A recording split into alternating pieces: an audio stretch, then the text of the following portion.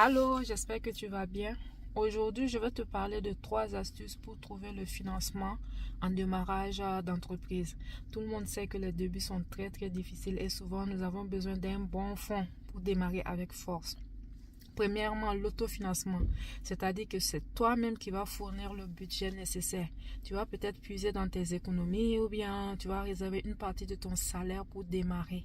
C'est la méthode que je conseille, puisqu'avec les autres méthodes, vous allez avoir un stress de plus et vous aurez à rendre compte. Ça permet de limiter les dépenses. Tu commences avec ce que tu as, que ce soit $100, $200 ou tout le reste. C'est pas petit. L'essentiel, c'est de commencer. La deuxième astuce, c'est de trouver des business angels, c'est-à-dire des gens qui sont fortunés, qui ont de l'argent, qui ont le fonds nécessaire. Et souvent, ces gens recherchent des entrepreneurs pour financer leur argent. Mais pour ça, tu vas devoir faire un business plan. Expliquer tes stratégies, expliquer tout, un long document comme ça avec du gros français.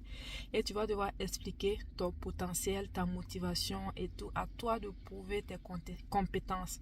Parce que ces gens ont de l'argent, ils ont les moyens, mais ils cherchent des gens vraiment qui vont mieux gérer leur argent. Ils ne viennent pas investir pour perdre. Ce sont des choses qu'ils n'aiment pas. La troisième et dernière astuce à peu près, c'est un prêt bancaire. Tu peux aller à la banque, c'est toujours le même cas. Tu vas devoir fournir un business plan de ton business, parler de chaque étape, montrer ta crédibilité et montrer aussi, tu dois prouver que tu as le potentiel nécessaire pour démarrer un business et le maintenir pendant 3, 4 et 5 ans. Et regarde tout ça. Et regarde aussi la fiabilité de ton projet, s'ils peuvent avoir confiance en toi, le capital risque et tout le reste. Il y a aussi le prêt au niveau de la famille. Pour aller voir des amis, la famille et leur montrer votre projet. Peut-être qu'ils vont vouloir avoir une part du marché et tout le reste. Mais assurez-vous de tout mettre, de tout notarier devant un notaire ou un avocat.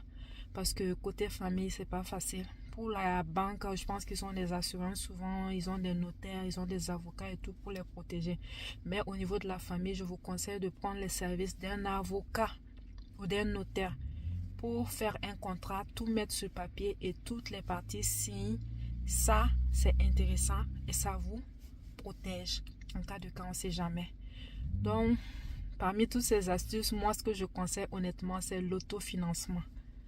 Le reste, ça amène beaucoup de stress et tu dois rendre compte. Et moi, je suis quelqu'un, je n'aime pas rendre compte tout le temps, venez expliquer que c'est comme ça. Et souvent, ces gens-là ont peur. Quand ils viennent investir dans votre projet, ils ont peur. Il y a certaines choses que tu ne pourras pas faire.